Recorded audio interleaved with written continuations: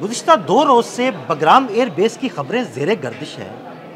America चाहता है कि वो वापस बगराम एयरबेस पर कब्ज़ा कर ले, लेकिन आखिर ऐसा क्या हुआ कि अमेरिका वापस अफ़गानिस्तान में बगराम एयरबेस पर कब्ज़ा करना चाहता है? इस बारे में आमिर रज़ा से बात करते हैं। आमिर भाई, बगराम एयरबेस खाली हो गई, अमेरिका वहाँ से चला गया, लेकिन गुज़िश्ता 2 रोज़ के दौरान आखिर ऐसा क्या हुआ कि अमेरिका वापस बगराम एयरबेस पर कब्ज़ा करना चाहता है? अमेरिका लेना चाहता है और अमेरिका सऊदी अरब पाक सऊदी अरब मुआहदे के बाद ही क्यों लेना चाहता है, ये है असल में वो सवाल जो आप पूछना चाह रहे हैं एक नए पैराए के साथ। लेकिन असल मसला आपको बताऊं, अब पछताए क्या हो जब चिड़ियाँ चुग गई खेत। बिल्कुल। देखें, अमेरिका इस पूरे खत्ते के अंदर अमेरिका हमसे 12-13 हज़ार किलोमीटर दूर बैठा है। इस खत्ते में उसकी बदमाशी कैसे चलती थी कि इजराइल में उसका जो असर रसूख था और उसके बाद गल्फ़ के ममालिक में उसके फ़ौजी अड्डे मौजूद थे। यानी कतर के अंदर उसका इस खत्ते का सबसे बड़ा फ़ौजी अड्डा मौजूद था। फिर अगर कहा जाए तो बहरीन में उसका 5वां बहरी बेड़ा मौजूद है। ये भी उसका फ़ौजी अड्डा है जिसमें 2000 के करीब लोग हैं। ये बहरी बेड़े को आप तो कश्ती मत समझा करें, ये पूरा शहर होता है। इसमें एक पूरा शहर होता है जिसमें जंगी जहाज़ हैं, जिसमें टारपीडोज़ हैं, जिसमें ऐसे ऐसे मिसाइल्स और क्रूज़ मिसाइल जैसी टेक्नोलॉजीज़ मौजूद हैं, जिसमें रडार्स मौजूद हैं, पूरा एक टीवी स्टेशन मौजूद होता है, रेडियो स्टेशन मौजूद होता है। तो ये एक पूरा शहर आबाद होता है आज, और पूरा एक फ़ौजी अड्डा है जो कि समुंदर में तैर रहा होता है। हुआ क्या, कतर पे हमला होता है और अब अमेरिकन थिंक टैंक ने ये रिपोर्ट कर दिया है कि खत्ते में अमेरिका जो है उसकी छुट्टी होने वाली है पूरे के पूरे गल्फ़ के अंदर से, और वहाँ पर पाकिस्तान जो है वो अपनी फ़ौजी अड्डे बनाएगा। और ये मैं ख़बर आपको दे चुका हुआ हूँ। अब अमेरिका को ख्याल अचानक से ये पैदा हुआ कि अगर ये नहीं तो हम कहाँ बैठ सकते थे। और जहाँ बैठ सकते थे वो 2 जगह हैं जी इस खत्ते में। अगर उसने अपनी डोमिनेशन कायम रखनी है, रशिया को दबा कर रखना है, चीन पर कोई थ्रेट रखना है, तो 2 जगह हैं, एक अफ़गानिस्तान एक पाकिस्तान। पाकिस्तान उसके हाथ से निकल गया क्योंकि पाकिस्तान को अगर अमेरिका की ज़रूरत होती थी तो 2 वजूहात थी। एक थी डिफेंस पाकिस्तान का, क्योंकि हमेशा अमेरिकन असला हम इस्तेमाल करते थे। 71 में जब हमने धोखा खाया था, जब अमेरिकी बहरी बेड़ा कहा जाता था कि चल पड़ा है और चला नहीं था। उस वक्त ये ज़माने तो नहीं थे कि जिस तरह के सैटेलाइट और जिस तरह के सैटेलाइट फ़ोन्स जो हैं आज इस्तेमाल होते हैं, बल्कि बहुत ही आज से अगर आप 53-54 साल पीछे चले जाएँ तो आपको समझ आएगी कि उस वक्त पाकिस्तान के साथ हुआ क्या था। कहा यह जा रहा था कि अमेरिकी बहरी बेड़ा चल पड़ा, वो पहुंचेगा। अब पाकिस्तान तो कोई फ़ौजी अड्डा देने को तैयार नहीं है। गल्फ़ से ये निकल जाएंगे तो फिर ये यहाँ कहाँ पर अपना अड्डा बनाएंगे। अब इनको याद आ रही है कि ओहो, हमसे तो गलती हुई कि बगराम एयरपोर्ट छोड़ दिया, और छोड़ भी ऐसी हालत में दिया कि उससे सिर्फ 1200 किलोमीटर दूर चीन का वो सूबा है जहाँ पर चीन अपने एटमी रिएक्टर्स रखता है और एटमी वेपन्स बनाता है। यानी बगराम से उड़ने वाला एयरप्लेन अगले आधे घंटे में चीन के अंदर उस जगह पे मार कर सकता था। तो ये हमें नहीं छोड़ना चाहिए था।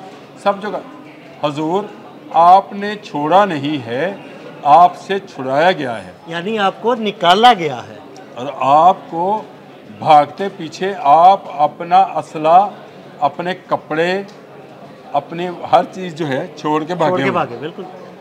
वो मैंने वो फुटेजेस देखी हैं बीइंग ए जर्नलिस्ट, जो मैं यहाँ शायद बयान भी ना कर सकूँ कि वहाँ पर आप किस हालत में भागे हुए थे। और आपको ये तौफीक नहीं हुई थी कि बटन बंद कर लें बिजली का। आप बक्सा, असले का जो बक्से थे उनकी सीलें भी खोली नहीं हुई थी। अगर आप वही चला लेते ना तो शायद अफगान तालिबान आपसे बगराम एयरपोर्ट ना ले सकते।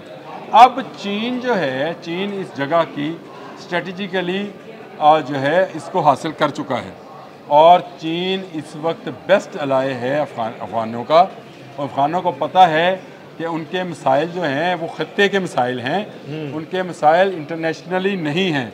उन्होंने सर्वाइव करना है, उन्होंने अपना मुल्क चलाना है। अब पाकिस्तान से भी तालिबान को वापस भेजा तालिबान को क्या अफगानियों को वापस भेजा जा रहा है, जिनकी ये बातकारी एक बड़ा मसला है, और उसमें जो हेल्प आउट करने वाले हैं वो चाइनीज़ हैं। याद रखिएगा ये बात। और चाइना अब बग्राम एयरपोर्ट पर दोबारा अमेरिकन का तसल्लुत जो है कभी कायम नहीं होने देगा। ये एक बड़ी जियोपॉलिटिकल गलती होगी अमेरिका से अगर अमेरिका दोबारा से अफ़गानिस्तान में इन्वेड करने की कोशिश करता है।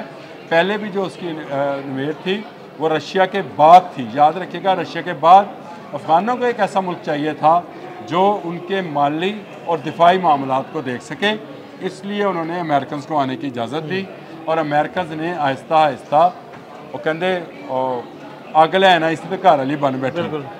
ये वो लोग थे, पंजाबी की कहावत है जिस समझ में लिया था, ये वो लोग थे जिनको लाया इसलिए गया था कि ये अफ़गानों की बातकारी और वहाँ पे आवाम की हुकूमत बनाएंगे।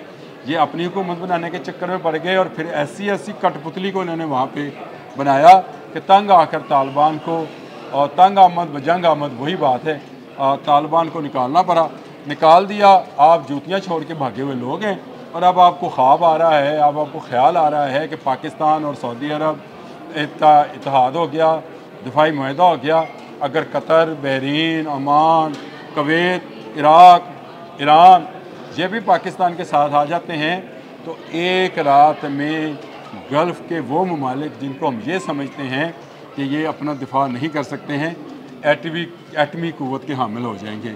तो उसके बाद इसराइल को बचाने के लिए कोई एक एयर बेस तो हमारे पास हो, चीन को थ्रेटन करने के लिए कोई एक जगह तो मौजूद हो, और वो जगह हाथ से निकलते हुए देखकर अब उनको बग्राम एयरपोर्ट याद आ रहा है। अब इनको अभी इस मायदे के बाद नानी याद आनी है, इंशाल्लाह नानी याद आएगी इन लोगों को, क्योंकि इज़राइल नो मोर, मैं आपको अभी बता रहा हूँ। और ये जो बात है ये इस्लामी ममालिक समझ गए हैं, इसीलिए तो इस वक्त पाकिस्तान की अगर देखा जाए स्ट्रेटजिकली हुकूमत जो है पूरे ख़त्ते पर कायम हो चुकी है।